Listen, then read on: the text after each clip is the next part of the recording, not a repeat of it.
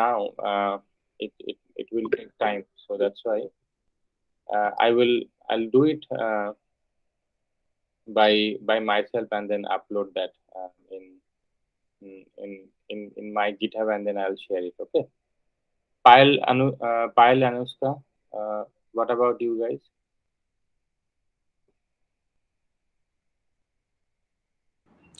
Sorry, Suman, I haven't got the chance to do the assignment. Actually, uh, I have an other interview this week, so I was studying velocity all weekend. But hopefully, I will get to do LWC after the interview this week.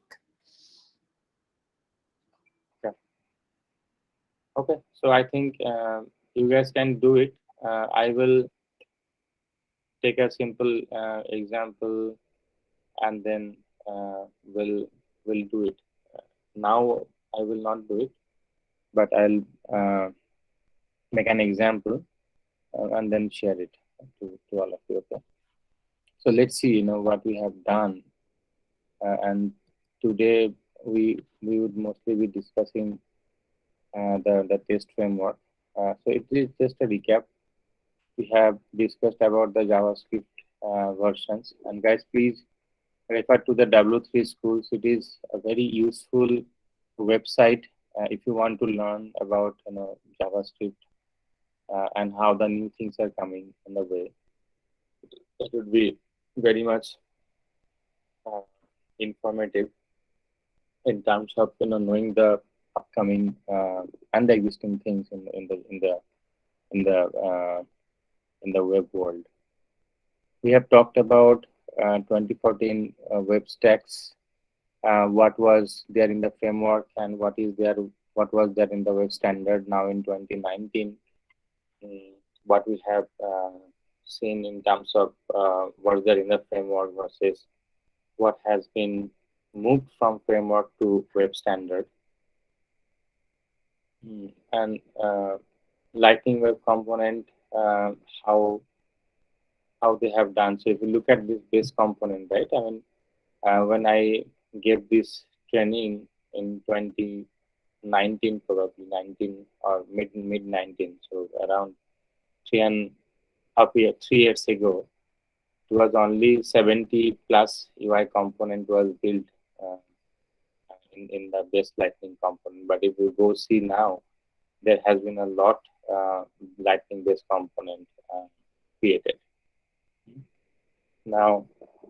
And then there are other things like how the Salesforce metadata caching, data synchronizing happens through LDS, yeah, UI API, all the declarative imperative way to access the Salesforce data.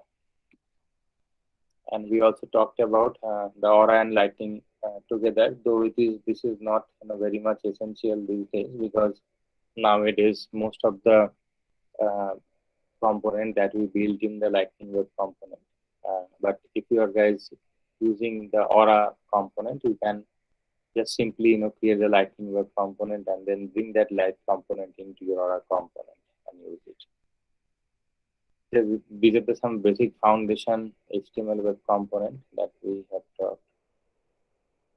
We have talked about different casing styles: camel case, Pascal case, snake case, kebab case, and in this current example, we use the kebab case.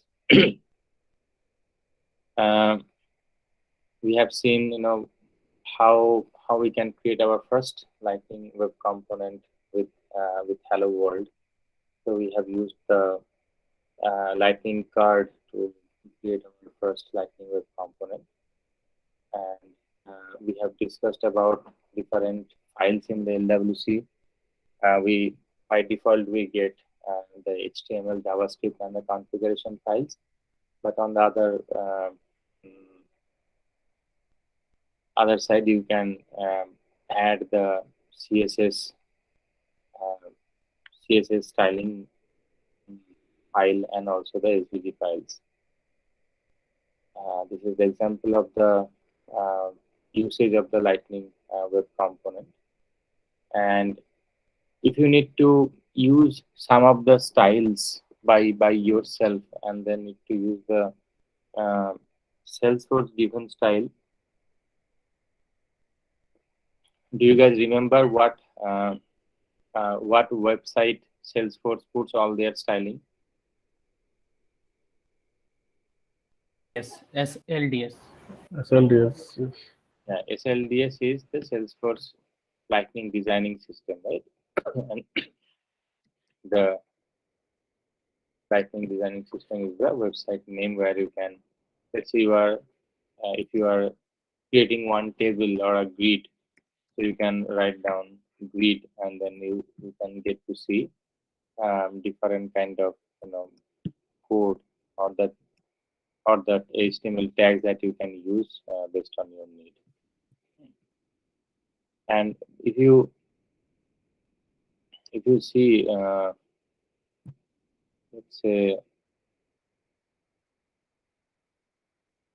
component to blueprint, right? If you see the accordion, right, and let's say badges, for example, all these one, or maybe combo boxes.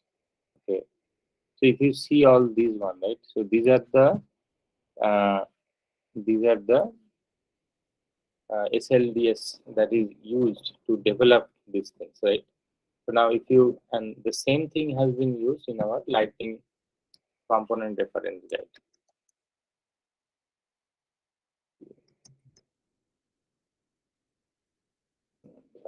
If I go here, so anything that you see, right? Anything that you see, let's say accordion,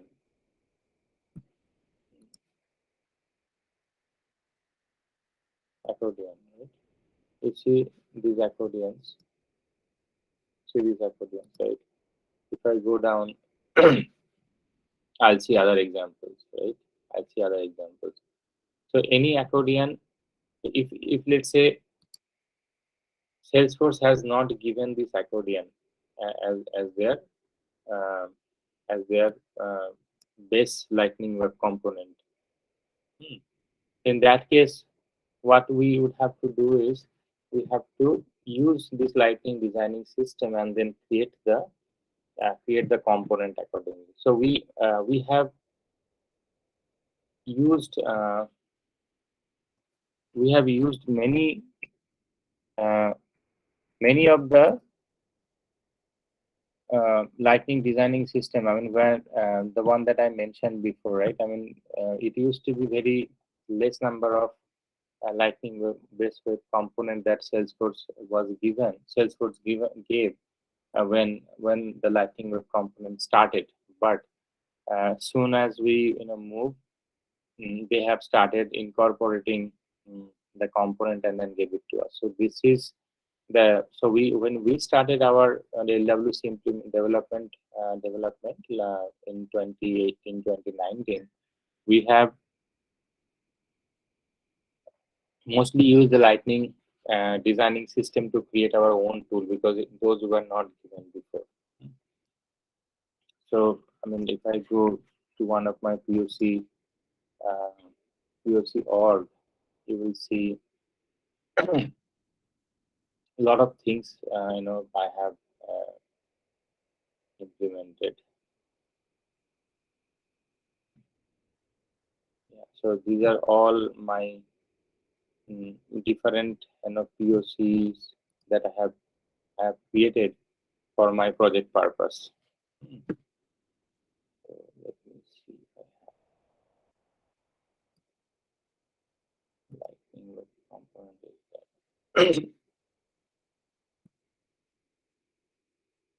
there. Did I talk to you guys about this Lightning LWC editor?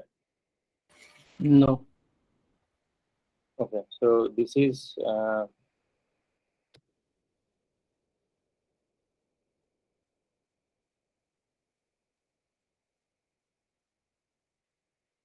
one of the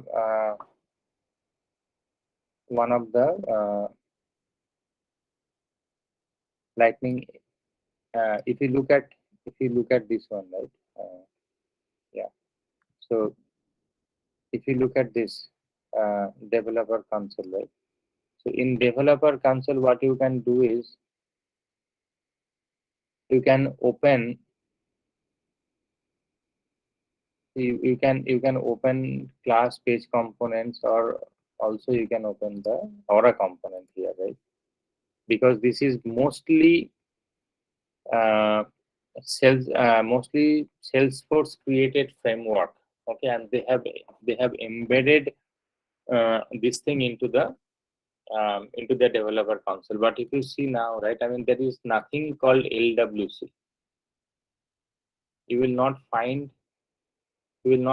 any. I mean, you cannot open any LWC component here. So mostly what we have seen those from our Visual Studio Code. But right, but if I really want to see, some of the things in my some of the LWC code in the browser, but not through the Visual Studio Code. In that case, you have to get this Chrome extension called Salesforce LWC editor. Okay, so I can.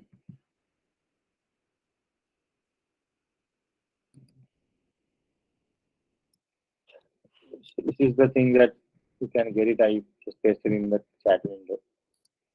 So what it does exactly when I install this one, it actually gives me all different um, LWC code that I have written. Okay. So if you look at this one, right, custom lookup, custom pick list.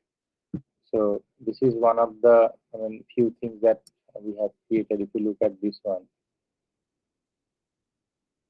so in one of my recent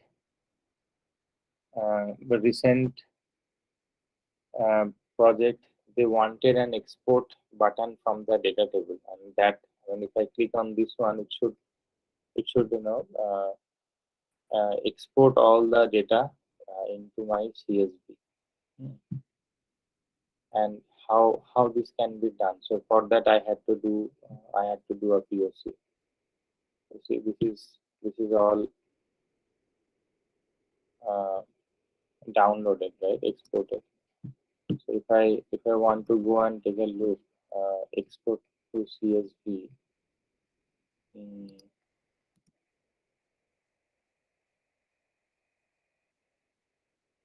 You see, export to CSV HTML. So I just created a lightning button, and on click download CSV file. If I go here, so see what I have done here. Download CSV. So this is the code to download the CSV, and that's how I'm downloading all the records.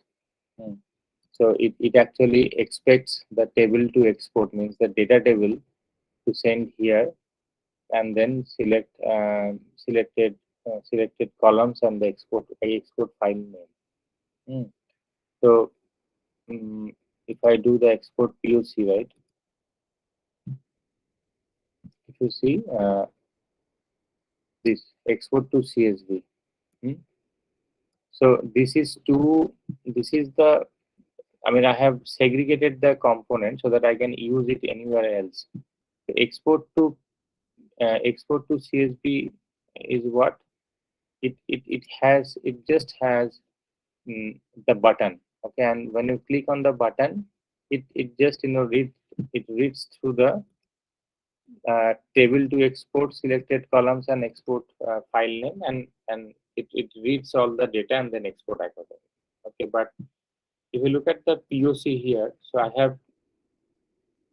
I have used this component. So in this component in the HTML, you will see only the button, because that has the button only, and this is the lightning data table. And in the lightning data table, I have given the data columns. Okay, and then the same data and columns have been passed to the export to CSV. So this can be used to the same data can be downloaded. So you have to think of how the design can be done so that you can implement that components accordingly. How you can segregate or modularize the components uh, to to do the implementation. Okay. So one other example, if I go here, this was a really a nice one that I have created. It says multi-select, multi-select. We don't have any multi-select. If you go here in the Lightning designing system, you will not see any multi-select. You will see um, one pick list, but this has got multi-select with many options. I mean, if I click here and then do like this, it says four items selected. Okay, I'm using the same thing. So in one of our requirement, we had to display what are the selected items. So let's see, if I select all these, you will see all these are selected here. So I have used the pins and everything to select this one, but not here. But it is the same thing.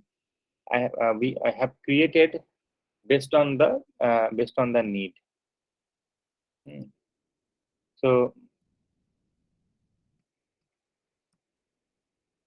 you see, it is shown here. Multi-selected to demo. Value selected are all these. So like that way, and here also, if you look at this one, I mean, there are requirement in this dual list box where we had to do search. If I do search, it will come. It will display only the items which is matching, so that the test or the assignment that I gave you, right? It is like that one. I mean, when I'm searching, it is showing me the only the item that is needed. Okay, and then this you can, and then I can use it.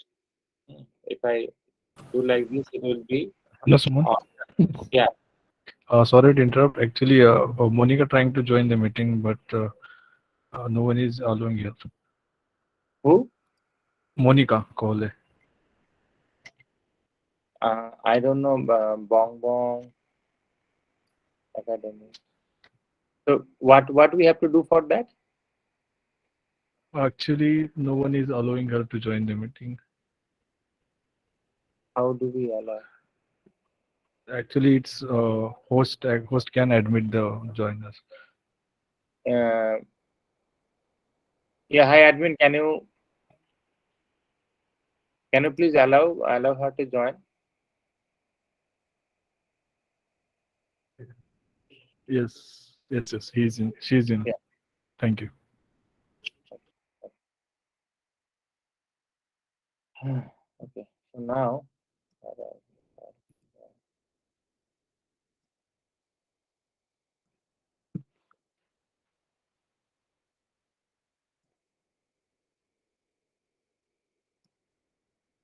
Okay. So that way you can keep on creating your component based on your need. Okay. Now coming back to the slide, we have talked about the JavaScript files and everything, adding the element to the JavaScript and HTML. We have used the private properties to connect JS file uh, and the HTML. We have talked about the public properties, where one component can call a child component and then set the public property values, and which is through the API decorator. We have talked about the designers, how we can design mm, our component so that it can be visible the way we wanted in the app builder. We have talked about different HTML template directives. We talked about the for each loop, if conditions, iterations, and all. This is the Lightning data services we have talked, and there are three different ways which you can interact with the Salesforce data. one with the Lightning record form, Lightning record edit form, Lightning view form, and we have seen the examples. Yeah, these are all the examples that we have seen, and also we have bind the data with the Apex. If you have Apex class, Apex methods, how we can bring the data through the Apex into our component and then display accordingly. There are uh, few ways which you can uh, with which you can interact with the Salesforce data. One is the wire decorator, where can have property and a function. So if you directly can want to connect the data into the HTML, in that case you can use the property. If you want to perform some operations after you get the data from the from the Apex, you can wire a function and then write your function accordingly to a callback method. We also have talked about calling the method imperatively, meaning you want to call the Salesforce Apex method when you want to call, when it is needed. So with some trigger, you are calling the function. So these are all the examples that we have seen, and we have also talked about the lifecycle hooks, meaning what are the what are the functions in a component lifecycle, and how and when they are called. So the first thing is the constructor, which means instantiating the Lightning Web component, and then after everything is instantiated, then the connected callback is called, where the components are inserted into the DOM, and then you have the render callback. You can have the disconnected callback and also that callback. So I've told you to look at the examples according. This is a pictorial representation of what we have discussed. We have talked about different navigations. We have talked about the custom event, where in a parent-child relationship, how you can propagate the custom event from child to parent and all, right? We also have talked about how the files are mapped between Aura and LWC. So what are the files we had in Aura, where you have the component, controller, helper, render, CSS, Aura docs, design, SVG. So those are all replaced how in the Lightning Web component. So the component that we see in the Aura is simply now the HTML, and any controller, helper, renderer, right? All are replaced in our uh, in our JS file, and then you can use different methods to use it. We have also seen CSS file for the documentation. We don't have any capability for the documentation, but in the design you can do a lot of the things. And if you want to give a picture or the icon with you in your component, you can use the SVG files. So these are few other things where you can see how what are the ways you can you can you can do your implementation in Aura component, and what is the representation of the same thing in the LWC. So this is only for the people who knows Aura, but for everyone else, I don't think you need it. And I think most of the things we have discussed: query selector, API, if true, custom event. Application event is not here, so we do it through the uh, LMS, Lightning Messaging Services. You can take a look on this one. It's a continuation of this. So there are a few best practices that you can take a look. Now let's move on a little bit and then talk about the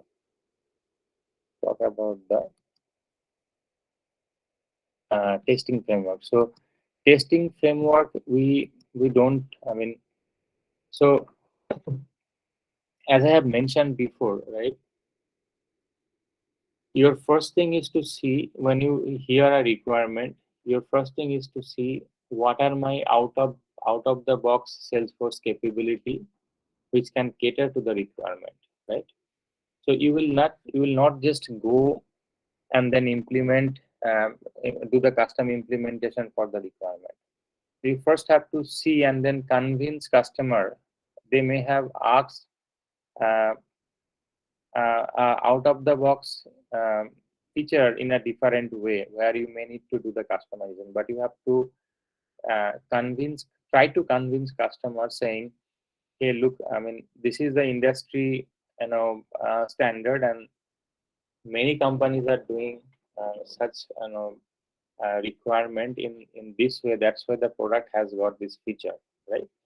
So when you talk to the customer by hearing the requirement, you have to understand what is the requirement and what we can do through the out of the box way. So your very first priority is to see whether I can fulfill the requirement through the out of the box way. If not, then you check, uh, do I have any app exchange product? I'm sure that you all know about app exchange, and I would request you guys, to look at the app exchange all the times. This is, this is a very much, it is sort of a, Google store, or iOS app store, where you can look for any app exchange product. Okay, let's say, recently we have used one thing called PDF PDF generator. Okay, so there was a requirement. That, based on some record, I have to create the PDF document in some certain format. Okay, so that was the requirement. So I will look at the record, and I have to create the PDF in many formats. I have to email the PDF. I have to make different template of the PDF so that it can be populated accordingly. So to look at that, we thought, the custom implementation could not be a, right choice, right? So and Salesforce is not giving any, PDF capability to generate PDF document from the record. So what we have done, so because it is not there out of the box, so the next thing we have checked is the app exchange. So, and though we are using this one, but there are many other PDF document generator which you can use, but we had to evaluate which could be the best fit in for our requirement, and that's why, we found, PDF Butler. So me and Salesforce, we all work together to evaluate the product, and then we used it. So first thing is the out of the box, and then second thing is whether the requirement which a customer is asking, do I have in the app exchange? If not, then we have to check if Salesforce has a, release, 3 releases in every year, right? Winter, summer, and the spring, right? So do they have anything in their roadmap to bring the capability? Okay, so in that case, you may not need to, create the whole functionality custom if Salesforce is giving, and then you have to talk to the customer saying, hey, look, in our next release, or, so and so release, the feature is coming, so you can leverage that one. Okay, do you want to wait for that till that time?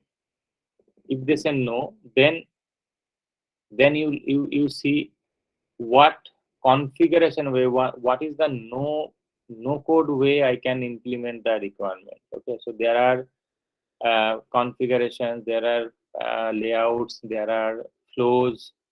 Okay, there are many things that you can use to fulfill the requirement. Okay, if those are not allowing you to fulfill your requirement. Then you go for the custom implementation. So see all different steps. I mean, these days most of the things can be done through the configuration and no code way. Okay, but if the requirement is too complex and you cannot fulfill the requirement, neither the out of the box way nor the Apex package way, nor the configurations and no code way, then the component, web component or the custom implementation will come into the picture. So please keep in mind, it should not be like, as soon as you hear the requirement from the customer, you started, creating the custom development and then, fulfill the need. Because customer, you can do everything, right? But you have to convince customer, can we compromise a little bit, to reduce down my custom implementation. So you have to think that way.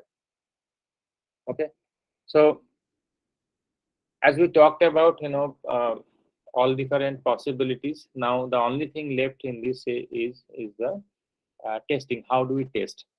So as I mentioned, I mean, if you are writing an Apex, you have to have the code coverage. Okay, you have to write the unit test case to cover your Apex code. So most of the cases we we are done in the Apex code, and that can be unit tested. But after that, if you need to do some of the testing in your JavaScript, then there are some framework that we can use to uh, create our unit testing at the front end. This is front end unit testing. Back end unit testing we're already doing through the Apex code. But if you want to unit test the front end, I mean, in most of the cases we don't do in the real projects, but these days if you are doing heavy custom coding, in that case it's always the best idea to do the unit testing. Because if you are, there is a saying, I mean, if you are if you can catch the testing during the design, that can save you a lot of time. I think it was 20 or 30 times less effort if you can catch the uh, error in during your design. Okay, during your development, if you catch the um, uh, errors, it will reduce down, I think 50 times of your effort. If you have not caught the error, and then you are catching the error in the production, okay, that debugging, investigating, solving will take probably 100% of the effort, if you would have done this one during the design versus in the actual production environment, right? So it actually exponentially increase the time effort and the time to fix that bug. So it's always recommended to do the unit testing during the design and the development, so that when you do the end-to-end testing or the system testing, all testing are sort of covered through unit testing, and the end-to-end testing can be done by the testers, and then you can move your code to the production. So do you guys know what is the difference between unit testing and the end-to-end testing? Can anyone tell?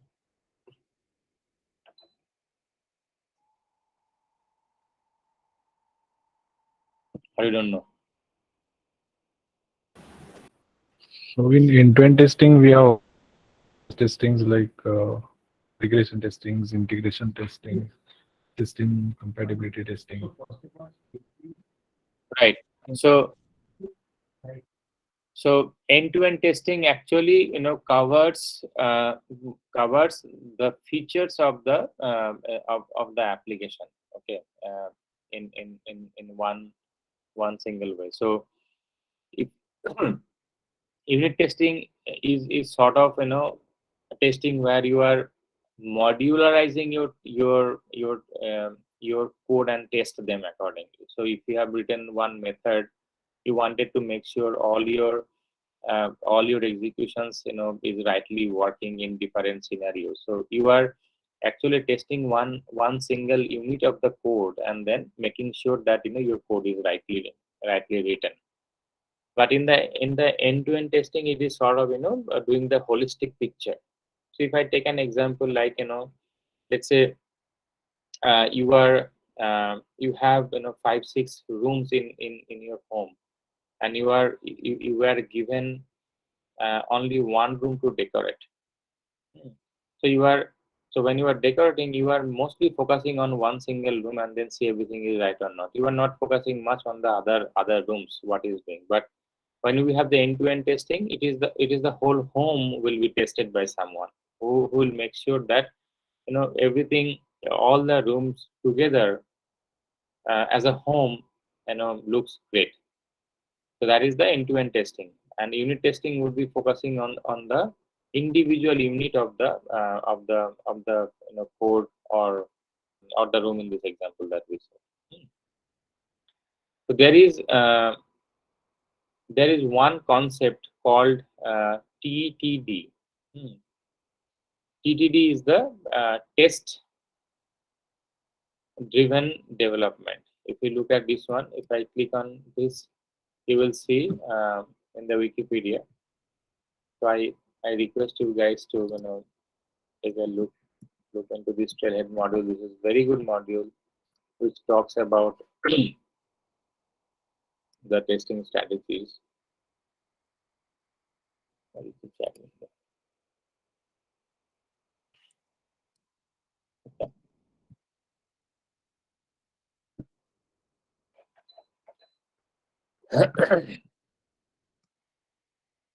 So test driven development. Do you know what is test driven development? Any ideas, or you guys have talked it through or have read any document about this model?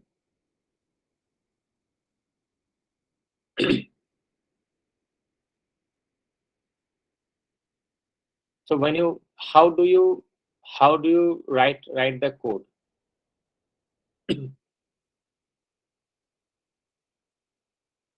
So if you look at your conventional way of writing code, right, it is sort of you hear the requirement and then you write the code and then you test, right? This is the sequence you follow. Yes or no? Yes. Yeah. So test driven requirement is just the opposite. Okay, you hear the requirement, you then add the test cases. Okay, so in your example, what you do, you hear the requirement, you create your code, and then to confirm that you have written the right code, you add the test and then perform the unit testing, right? But here in the test driven development, what we do is we first write the test script.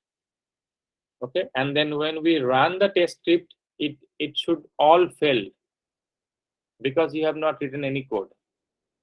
So the first thing you are doing is you are writing the test script to ensure that what you need to test should be there.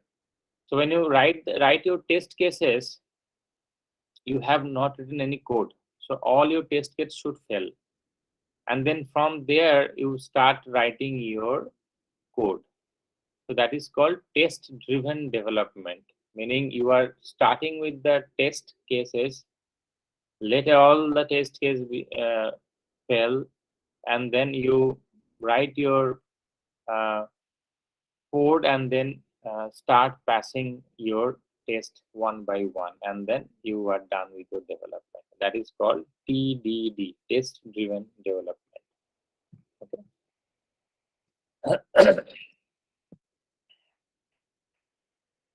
Okay, so we have talked about this one. Now, if I go here, you have to do few things. I mean, my machine is really, not keeping well. I probably have to change my machine very soon. I have a lot of things installed and it is not working properly. But I was managed to fix few of the things. But uh, you have to. I think. Sorry, I have to talk about just.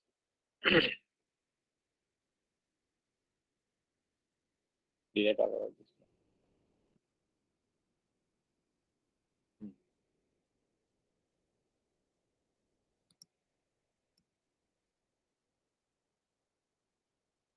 Okay, so to there are few prerequisites that you have to follow to uh, to write your test test cases in this framework. So it is called jest testing framework. Okay. So the one thing that we already have done is we have install the Salesforce CLI Visual Studio and then Salesforce extension for the Visual Studio, right? So these are all installed.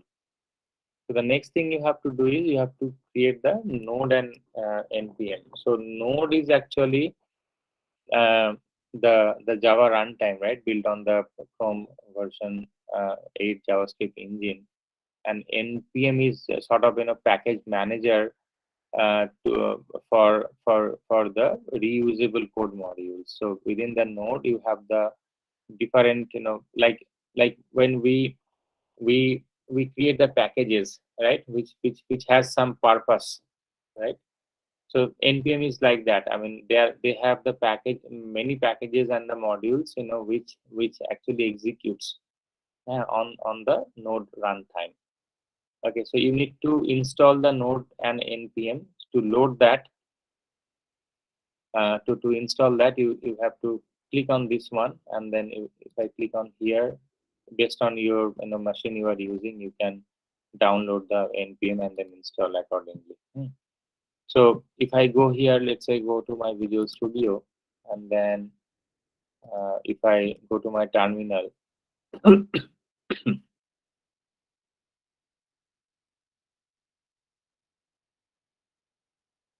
if I say node hyphen v or node hyphen version, whatever you do,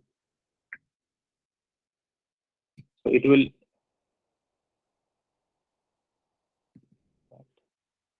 sorry, hyphen version.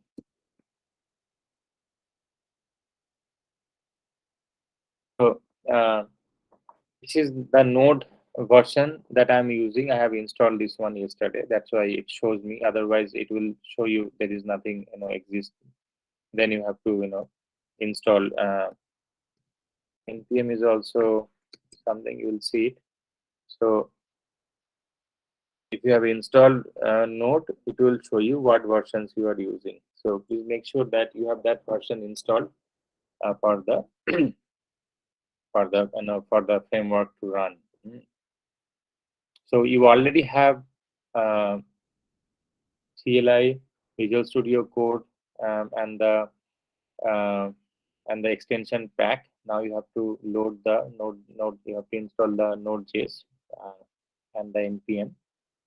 Then your installation should be done. The next is the jest. So what is jest? Jest is a powerful tool. Okay, which actually helps you write the JavaScript test. It is not related to the Salesforce only, but in many language you can write jest. So if I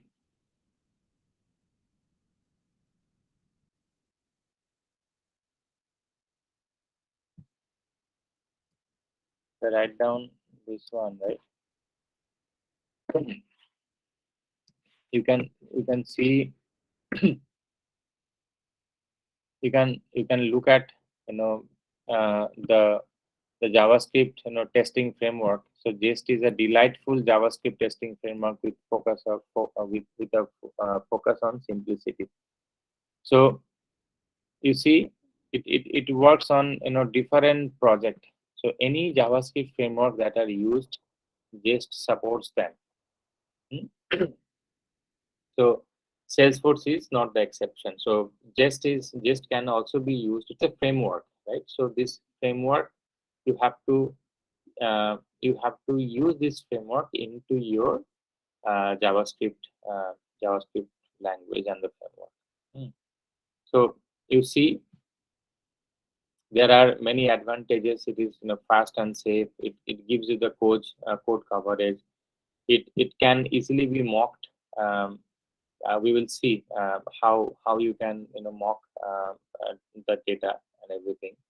It can give you the exceptions in many ways, when it fails and when it not. So there are uh, uh, different functions and annotations you can use um, to render or to give the result uh, of the test scenarios. Okay, there are very nice documentations, many videos, because it's a very well managed framework.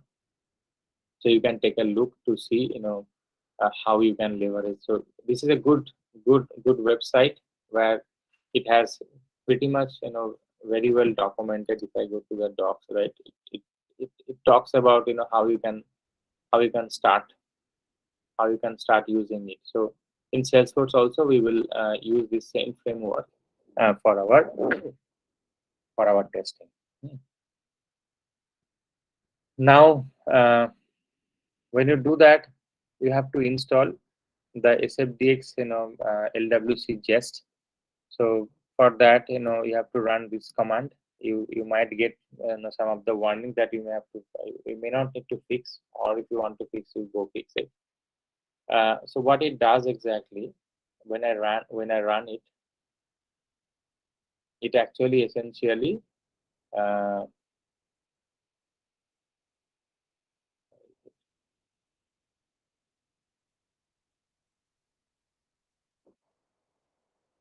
give me 1 minute. Yeah, you see, I mean, when you all run that one, right, you will see many SFDX, LWC test and versions are there, right? If I go here and go to the package XML, sorry, not the package XML, the project JSON.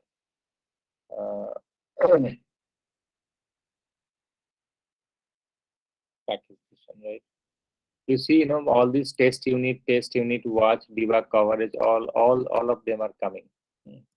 So these are the statements that the project uses, and you will see in the framework. And when I install that, I will see um, one thing.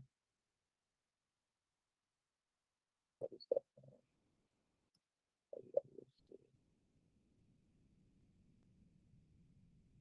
Application.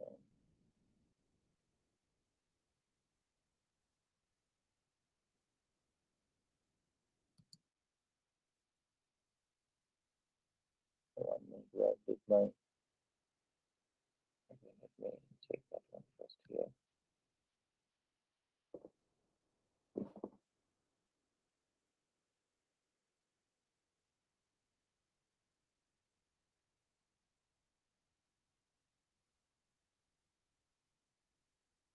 Give me 1 minute. So you see this, node module. This has been created, right? So you see this has been created for many things. So, and in that I have one called Salesforce, and then in the Salesforce I have one for the this one. It's a DXLWC Jest. And this is the engine where I mean, you don't have to remember all this, but this is the one where you can see uh, your all test scenarios and everything. So if I copy the path, right?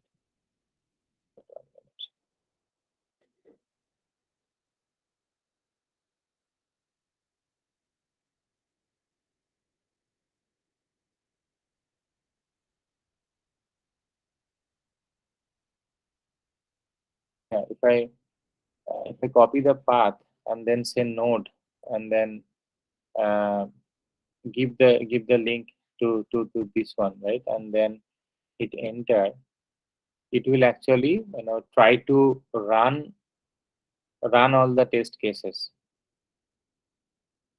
So you see, because I don't have any test cases written yet, that's why it says zero matches.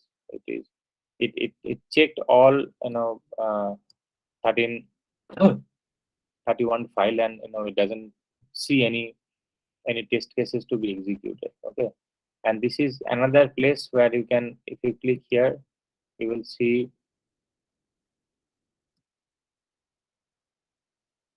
the different test cases to execute. Because I have not written anything, that's why you don't see anything. Okay, so this is one thing, and then the next one is so this is your engine from where all the test cases are run. One of the things you may need to leverage it. But you can, if you want to individually run the test cases, I'll show you where to go and how you can run it after we create it. Okay. There is one other thing where the force ignore, right? If you, I will talk to this one because these are the test cases which you don't want to deploy into your Salesforce org. So what we generally do, we generally uh, keep all the codes and everything inside our source control. There is no point in um, moving the test code into your Salesforce org, because that is a uh, framework which we are using and mocking in our browser. You will see we will not use any Salesforce application to test my JavaScript. Okay, this will actually dynamically create the DOM outside the browser. Inside this framework, it will create the components and then test it. So for that, you will not see anything into your browser. Okay, so because this is a framework and it runs on this engine itself and it does not require any browser or anything, so we have made it separate so that it can be done outside of the whole environment. And where you store them, you will store them into your source control, not in the Salesforce instances. So that's why we are doing force ignore, and then letting the project know that don't deploy any of my LWC just all this test folder uh, into my application. So if I go take a look of all my let's say recipe, right? So this is the GitHub. If you Okay, I'll come to this later. I think before that I have to talk a few other things. So this one talks mostly about the installations and the setup. Okay, what you have to do, and then how you can run your application. Okay, and the next one is what we go and write a test. So what is it doing? It is actually, see, I mean, we will follow the TDD TDD model, like test driven development. So we'll write the test case first, and then we will write our code. Okay. So what it is telling, it tells that create a Lightning web component called unit test. Okay. So I'll just follow this one. Bear with me. You will see how beautifully this can run. So this is my LWC. Okay.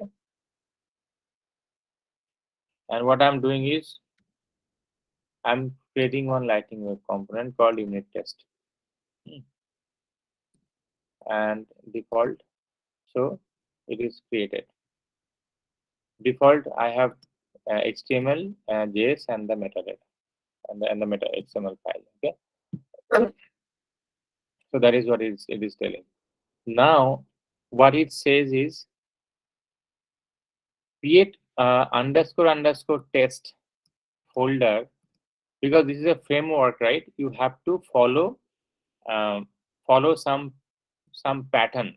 You have to follow some of the guidelines to, so that the framework can understand what you are writing. Okay, so we're just following the pattern of the framework and then writing the test cases. So it says, then what you have to do, this is my folder. So inside this folder, you have to create a new folder called underscore test underscore. Okay, so I have done this one. And then that is the reason, so that I don't want this test folder to be deployed in my Salesforce org. That's why in my force ignore, I have mentioned this one, so that it does not um, deploy the folder into my Salesforce instance. Okay, so I've just created the folder now. Okay, now what I'm doing, we will create one simple test, which is a summation of two digits. Okay, so that is my test. So what I have to do is I am writing one file. So the name of the file here in this folder would be test sum.test.js. So sum is my actual file name, and then test.js is what I have to keep as the extension of the test, so that the framework knows that sum is a testing framework, and it is written in the JavaScript itself. Okay, so far so good. Can someone confirm you can follow? Yes, ma'am. Okay, so I'll simply copy and paste this code. What it talks is, we'll discuss. So here what I'm doing is I am importing this method sum, okay, from here, from the same folder. Okay, and then I'm trying to, this is the syntax. Okay, and what syntax, it should start with the describe, and describe takes two parameters. One is the a beautiful name that you have to give with the describe, so that you understand. I mean, this is nothing to do with the engine, but you have to understand what uh, what what test uh, what test you are describing, and then followed by a callback where you are writing your test cases. Okay, so what I'm doing, it says it is a variable it just dot it, and it says it should add 1 and 2, returning 3. Means I'm sending in this function, I'm sending 1 and 2, and then the return of this function to be 3. So this is a syntax that you have to remember. I mean, you don't have to remember, you can copy paste, but it is the syntax that you have to follow. So what is the expectation? Expectation is to call the sum method and pass the parameter as 1 and 2, and then I'm expecting this to be the 3. That is my result. Okay, so I'll save it. Now let's go back and then see. So if I save it, right, and then if I go to my test here, so I'll see one has been created. One test case has been created. So now if I try to run, right, let's say I'm running it and see what happens.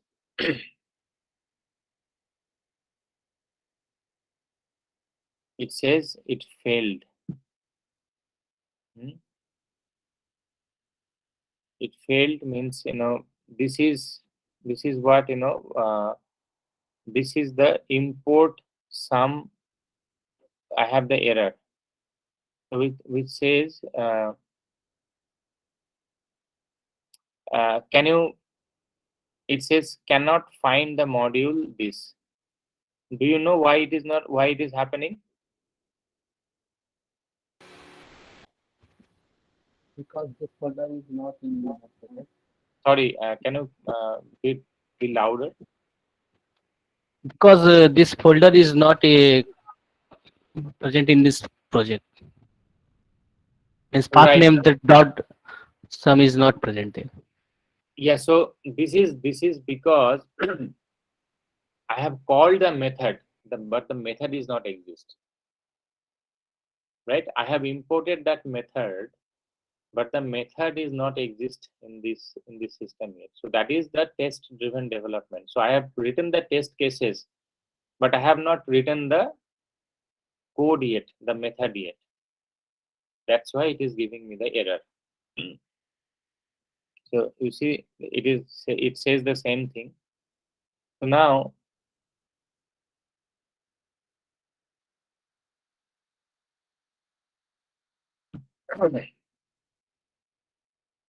now what I'll do is, I will create one file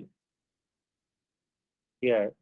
Let me go back, and then in this folder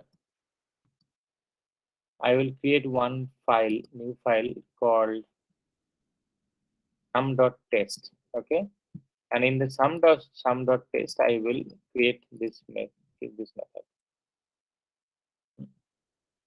So what I'm doing is, sum.test is my method. Okay, and then in this method I'm create sorry, in a JavaScript file, and in this file I am creating one function called sum, and it is taking two parameters x and y, and returning the summation of these uh, two parameter, and I'm exporting this function so that this can be used. So now I have written this code here.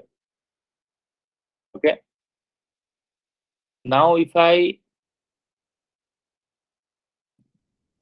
go and run this one, okay, let's say, let me run this in this way. So if I go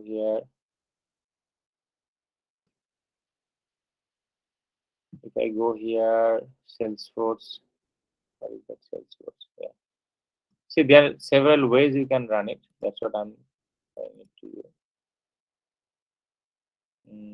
Where is my npm?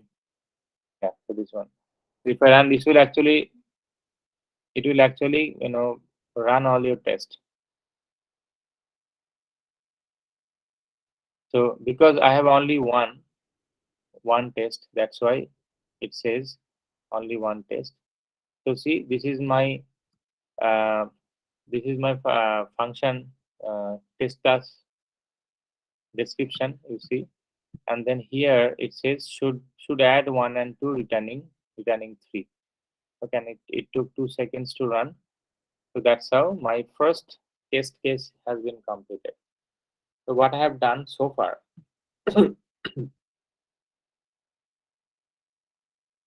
what I have done is,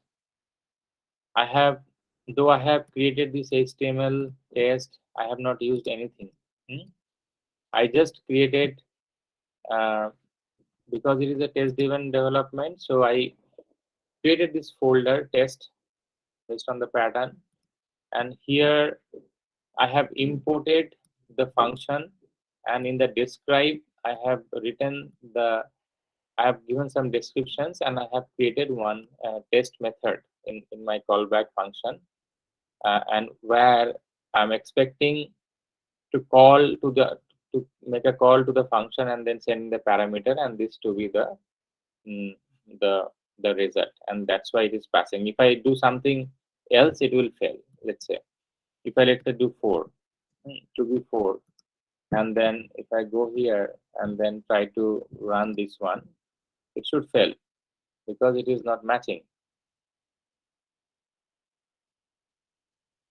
Yeah, so this is failed. So see, it says expected is 4, but the actual is 3. Received is 3. That's why it is failing. Okay. So now let me move it back. Okay. And then I'll write it. Okay. So my first testing is done. Okay. Now, if you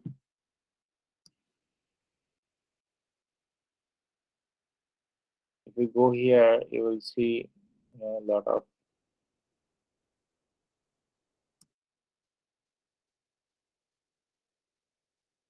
so you in my framework, if you want to see, I mean, what are the other things, to be null, to be undefined, to be defined, to be truthly, to be false.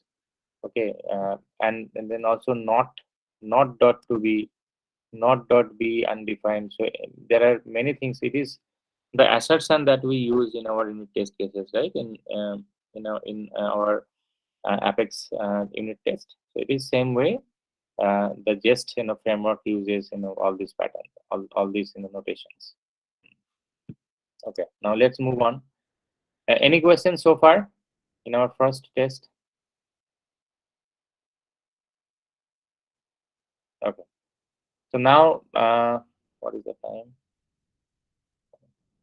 So now let's move on.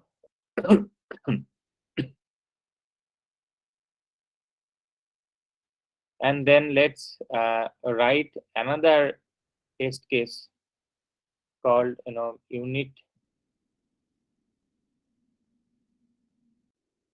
So here I'll write another file called unit test.test.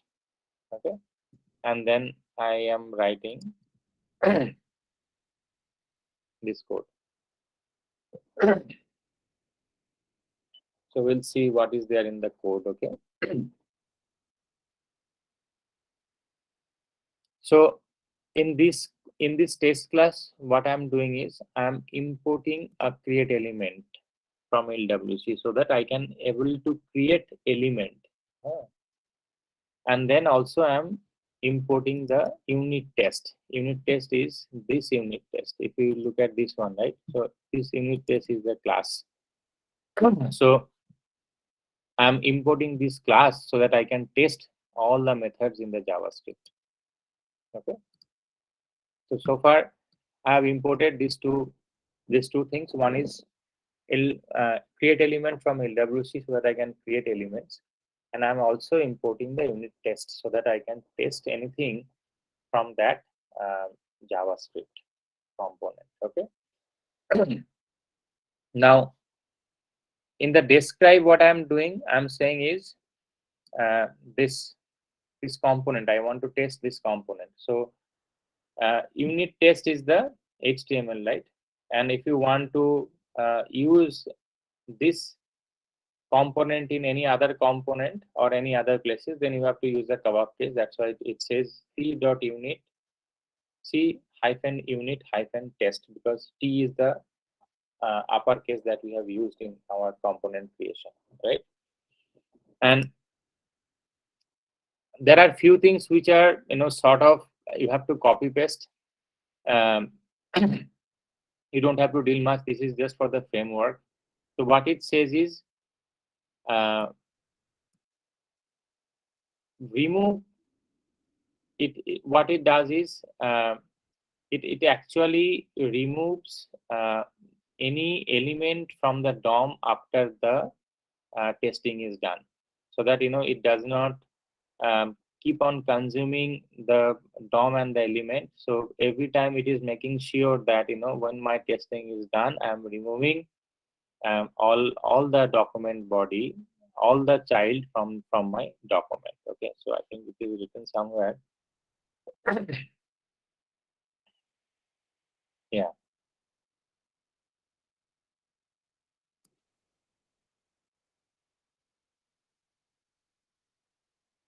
Yeah, so you see this one, right?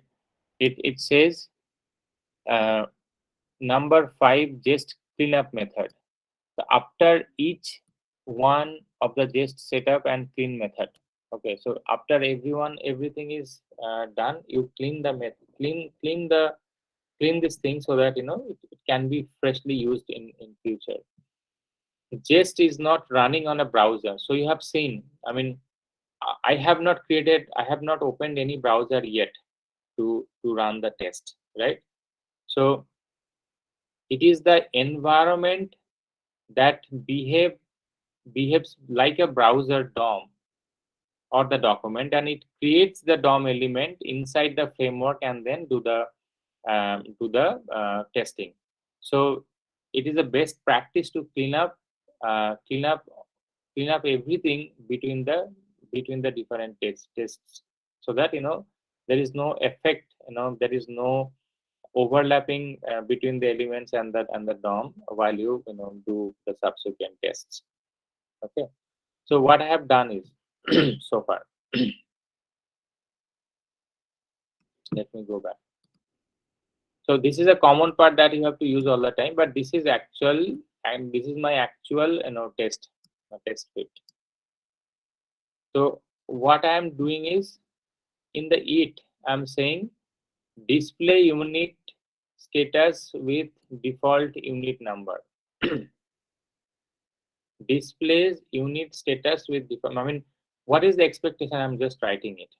Okay, and then in my callback, what I'm doing is I'm creating an element called this through this method, through this one. I'm creating an element, okay, which is of type this, and I'm uh, declaring a constant variable where I'm keeping this element, okay. And what is the expectation?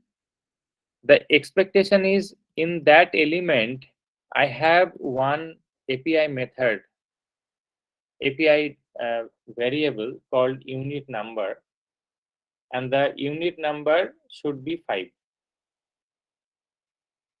The default value of the unit number in my element would be 5. Okay, and then I'm appending that element to my document body. So this is not running on the browser, remember, this is running inside the framework. Okay, so it is a sort of virtual simulation you can think of. It is not running the browser, but it is creating the document and then testing everything. Okay, so what is the expectation is? Expectation is, it is appending the expect the API value to be 5. Okay, and then let me append the element into the document body as a child. Okay, and then I am finding the div from that element by giving this statement element dot shadow root dot query selector div, so that I will find a div inside. Okay, and then inside the div I will have a content or context, where I want to see these values. Okay, so little bit of tricky. What I'm trying to say is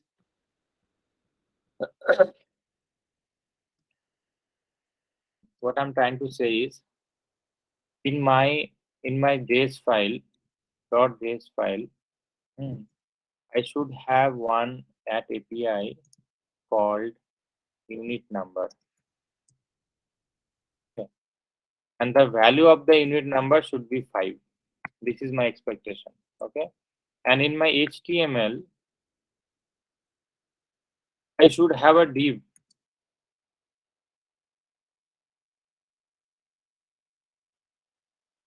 Okay, I should have a div, and inside my div I should have something like this written. This is the expectation.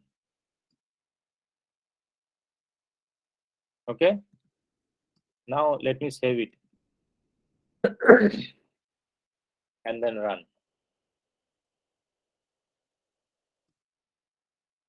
So what do you guys think? What will happen if I run this one?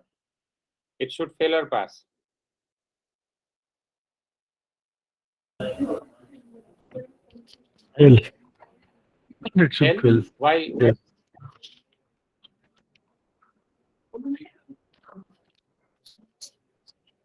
Yes.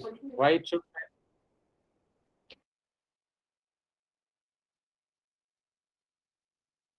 Come on, why it should fail?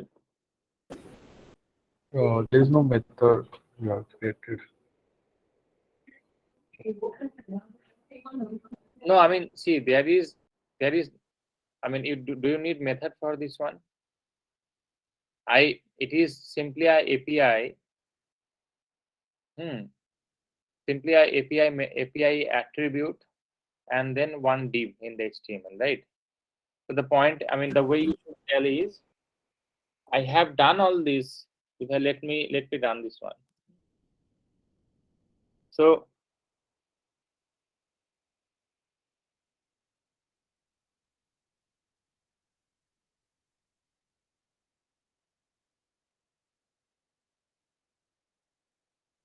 see, it says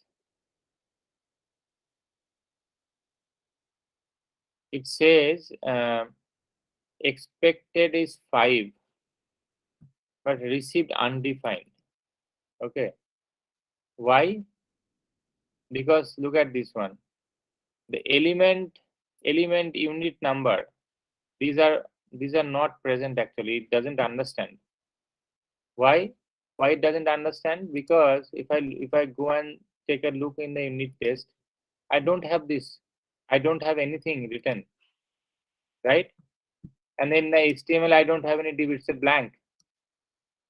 So nothing is there. That's why it is failing, right? Yes. That is the test-driven development. So I have written the test.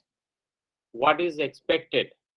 I was expecting one API attribute called my unit number, which I have not written in my JavaScript. I was expecting a div. Under the div, I should be expecting unit 5 alive, which is not there. So I've written everything in my test, but I don't have any code written yet. Okay, that's why it is failing. Now, if I go here, if I go here and then let me write down the JavaScript first. Okay.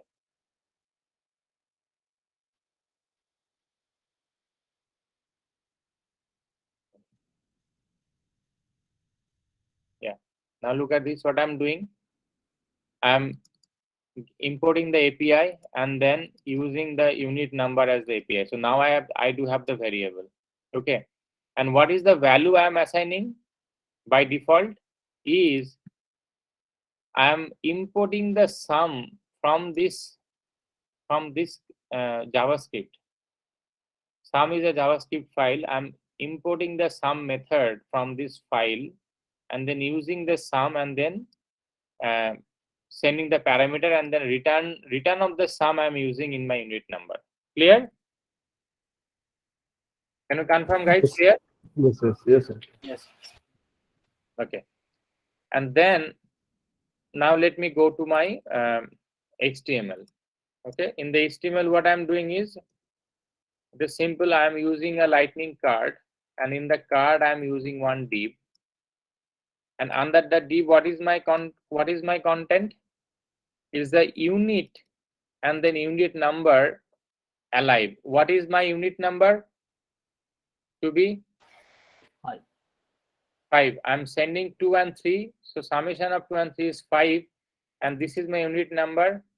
And then it should say unit 5 alive. Right? This is my div. Now if I go here and see what is something I have done. So I'm saying the unit number to be 5. So we should pass. Okay. And then when I have this div the text context, so div text context should be this one, unit 5 alive, and which is matching with unit 5 alive. Now it should pass. Now if I go here and then try to run one more time and see what happens. See, now it is passing, right? It says this is my description and this is my test cases, and then it is passing accordingly. So if I want to run all test cases, I can do it from here. It should give me two. See, this is the two files that I'm using, and in each of the file I have two test one single test cases. So that's why total two, and it is running. Okay. Now note one thing. Did you notice one thing? So I have created the HTML, right? The template and everything. I have created the JS file. Did I do this? Did I deploy source to the org? Have I done this? No. No, right? So which means it is actually in action. I am writing the test framework and then writing the code and then testing them from here itself. I'm not using any browser or any instance in Salesforce to check in the code. Okay, so you can actually do without internet here. You don't need any Salesforce instances. You don't need to deploy the code to the source. You can just simply write your test case through this engine and then create your component and then test it. It should be done. Okay, that is the beauty of this test framework. Okay, so now let's move on. It says test anonymous DOM updates. So let's see what it is telling. So it says add a second test into your test method. So now this is one, and this is another, my second test. Okay, so I'm saving it. So now if I go here, I'll see two test method here. So 1 and 2, right? Let's see what I have written here. And then in this test, it's again same thing. So the first line is always same. You have to tell what you want to test. Okay, and then I'm creating the element from this create element, and then using this one. And what I'm doing is document.body append child equal to element. So I'm creating this element into the DOM, and then I am actually updating the API as 6. So default it was 5. Now I am assigning the value as 6. Okay, and then again same thing I'm doing. What is constant div? I'm trying to get the div and then expecting the div context to be 6. So do you understand this one? Same thing. What I'm doing is initially it was there. I have not done anything, but here in addition to that, I'm just setting the API value from outside, and then I'm expecting this. So now if I just run this one, let's see what happens. So it says it failed.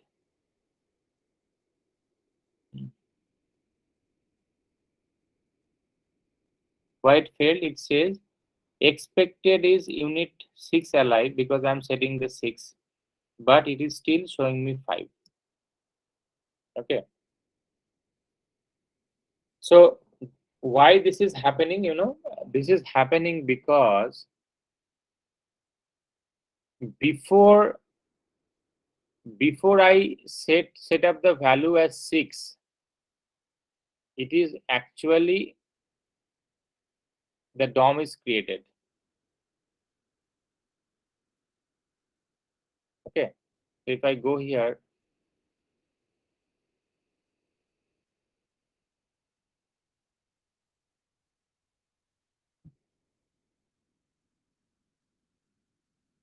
so before I mean before the before I update the unit number, the rendering is actually happening in the for the HTML. That's why even if I'm setting it for 6, but it's still showing the unit as 5. So to do that, I have to use the JavaScript callback and with a promise.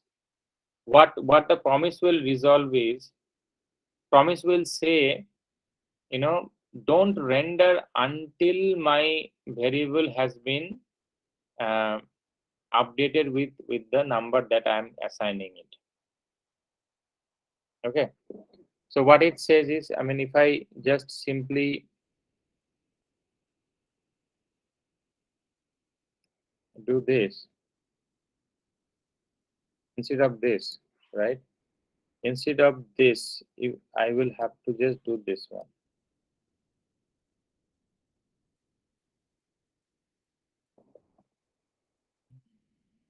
What did I do?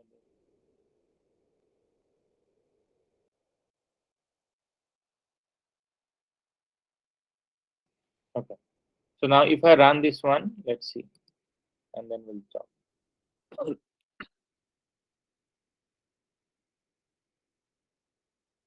Yeah, see, it says it passed. Means what I'm saying is, I'm using the promise. Okay, what I'm doing, it is actually waiting until the assignment of this variable is done, and then it is executing the 36 number line. That's how you will get it. Okay, so now so far what we have done, 3 test cases we have written. So we have written 2 test case for this unit testing, and what I have is API unit number, and then this lightning thing, lightning card and the div, and I'm using it one. So it is all test driven development you have seen. I'm using my test case writing first, and then followed by writing the code, and I'm not deploying the code into my source org, into my org. It is all happening locally. Okay, so it's the same thing that that has been done. So now it is adding another test cases, and we'll see what it is doing. So what is my other test case is Control V.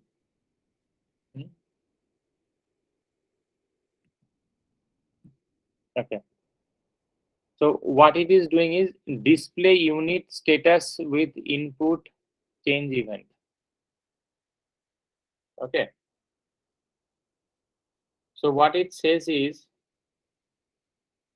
I will have a input, lightning input text box, and I will enter the value there, and then when the value is changed, I will assign the unit number with that value.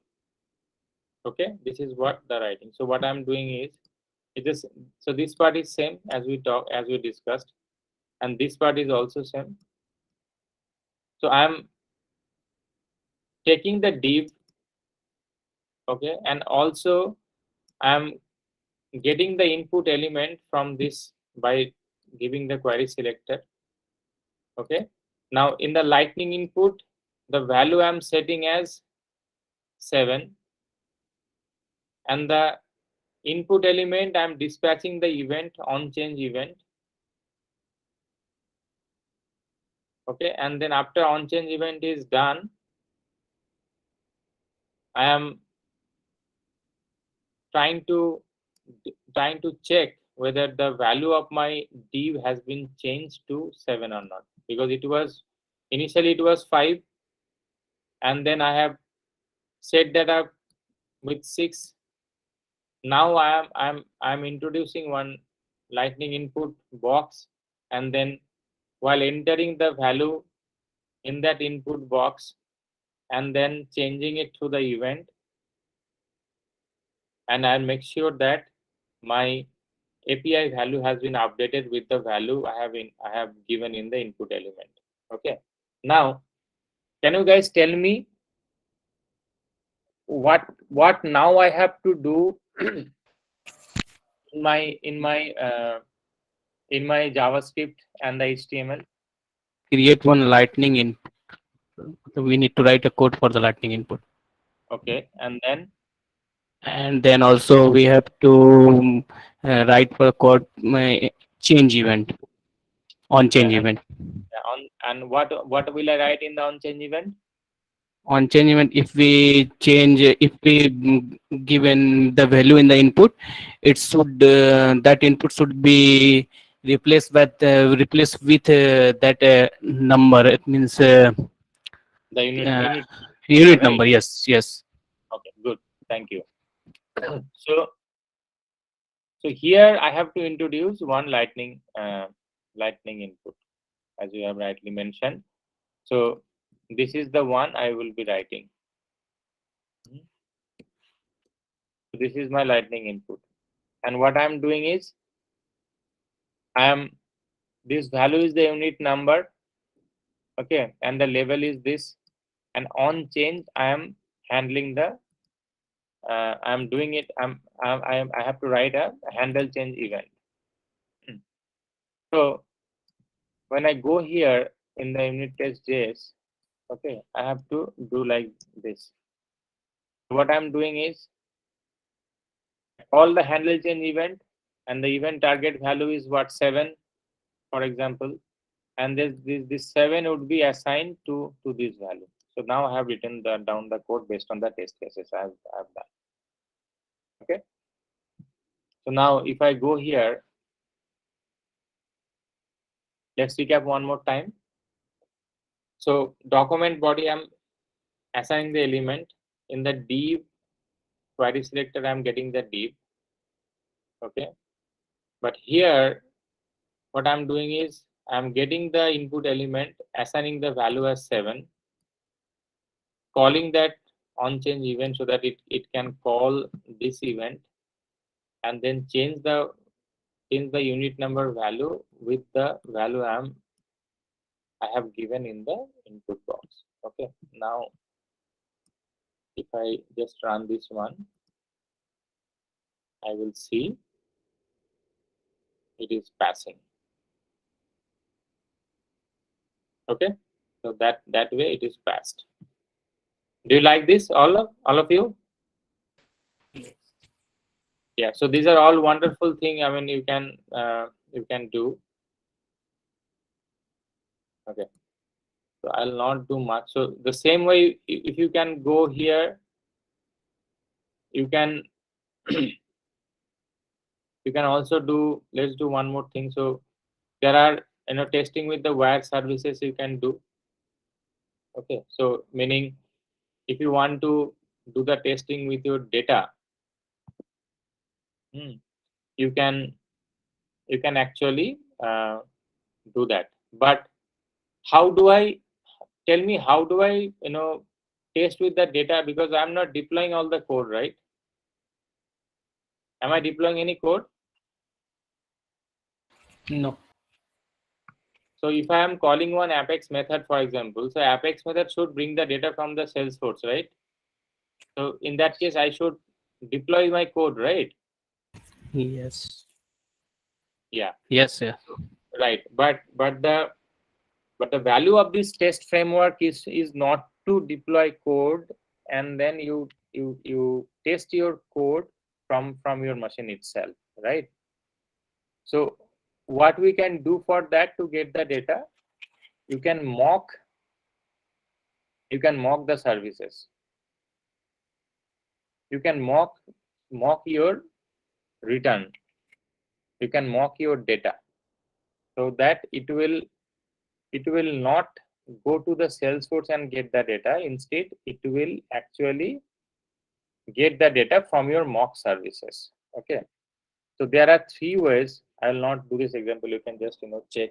It should be working. I'll just tell you from this trailer itself. So there are 3 ways you can mock the wire services. One is the generic wire adapter, where you can just create your data and then use it. There is no additional extra information you need about the data. LDS we have used. If I need to use the LDS, then there is one LDS adapter that we have to use. If we are using the Apex wire adapter, Apex calls Apex method. In that case, we have to use the Apex wire adapter. Okay. So the first example is the generic wire adapter, which we don't use much, but you can take a look on this one. The second one is the Lightning Data Services wire adapter. So we have used the Lightning Data Services, right? And then it shows you how you can use it. And the third one is the most useful one that we generally use most of the time is the Apex wire adapter. So let's see what exactly it does here. So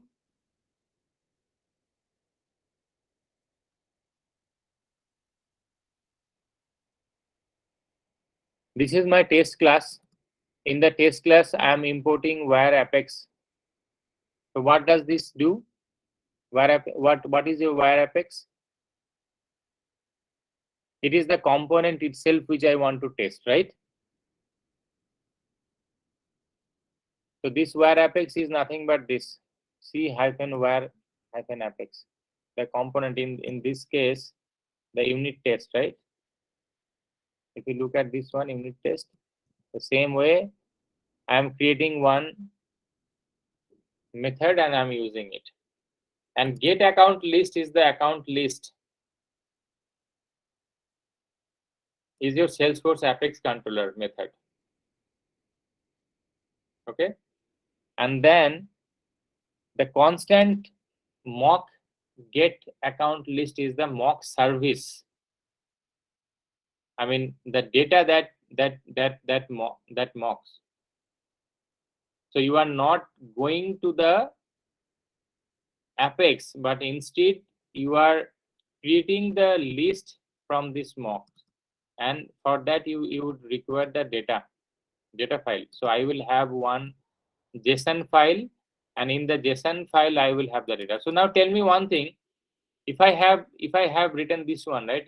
I think we have taken this example before in the get account. So the data that we get from the Apex is in which format? JSON. Is in JSON format, right? So I will mock the same JSON in my get account JSON. Okay, and that way I don't have to call this function. Instead of, I will get the response from this data file. Okay, and the same thing, if I don't have any record, I am creating this for my negative test cases where I don't get the data. Okay, so now, so this is the common thing that we have to use. We talked. What it does is describe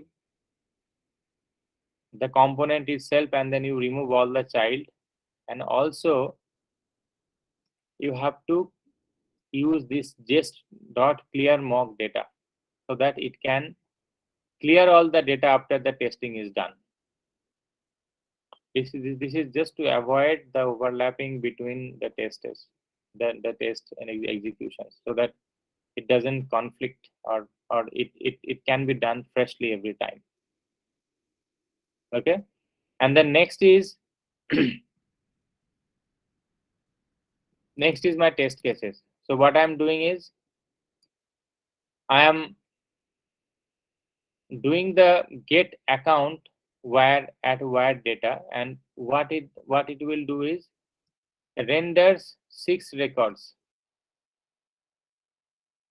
is my test cases. Render all 6 records, and then I'm creating the element like this. So these are all we have used. If I go here, check, this is what I have used, right? Now, so get account list is my method. So instead of calling this one, I am actually doing the emit and then getting the data from the mock get account list from here. So this actually does not create the record itself. That does not call the Salesforce function itself. It is actually getting the data from the mock. Okay. And then what is my promise doing is, there is one paragraph I'm getting from the element, and then the account element under this one, I should be rendering all 6 elements, and then which should match my mock account list length. Or we can also do individual checking if we want to. That's it. Okay. So to do that, this is my data file, mock data file. So what I have done is I have written 6, 1, 2, 3, 4, 5, and 6. So in my JSON file, I'm expecting this to be written. And my get list no record is a blank one. I don't have, so that it understands there is nothing to be returned. Okay. So you see, this is my actual HTML. So if my account gets 6 records, so how many paragraph it will create? 6. 6. So that's why it says in my test cases, it talks about account elements query all P. So in this case, I should be getting total 6P, and that is the length. And in my mock account, I have the length as 6. So that's where this will match. Okay. And this is my Apex class that we have talked about. This is the one we have used before. So in my get account, I have done this through the wire, and then if through the, this is a wire function or the wire method, tell me. Function. Yeah, Wire function. right. So this is the return, and in this wire function, I am just looking at the data and then populating the data with the accounts, and this accounts is being iterated here, and then populating the value accordingly. So this is my actual function. This is my actual code. And to test this code, I have written this method, and then I have created the function. I mean the data file. Is that clear? I think when you do it, when you go through this one, you will know it is not that complicated, because you are hearing it for the first time. When I heard this when I have done it for the first time, it was a little bit of complicated, but when you do it and then do it for few times, for few methods, it would be easier thing for you. Okay, so that's how the try to finish this trailhead. it should cover all different methods. And also if you want to see, when you want to go with this one, right, using jest, it has all different ways how you can mock functions, how you can set up and everything. So it is very well documented. You can refer all this code and then implement accordingly. Now if I go to the sample recipe, right, and then go to my force default and then let's say LWC. Now open anything, let's say property. So you will see there is one test folder and there is one test written the same way that we have discussed. Okay, so as you are going through all these samples, if you can do all these samples LWC recipe, you should be done. I mean, you should be able to do any coding in LWC that we have been discussing for since we started this conversation, right? So in Salesforce also does the testing for all the component. So let's say if I go here, you will see a test method. Okay, and then you will see all the method is written like that. Okay, so that way you can conclude all your test mocking, and then you can proceed with your test driven development. Even if you don't do the test driven development, you can write your test cases after you are done. Okay, so with that we'll conclude our session. I hope you have learned along this journey, and I will create the work that I have given to you, right, on the account search and then display, and then I'll post to this group so that you guys can refer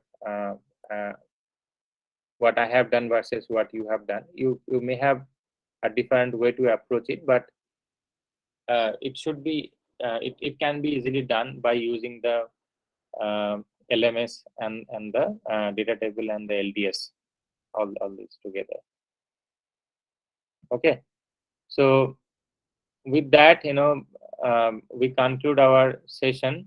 I hope you guys have liked it. Anything else before we wrap up?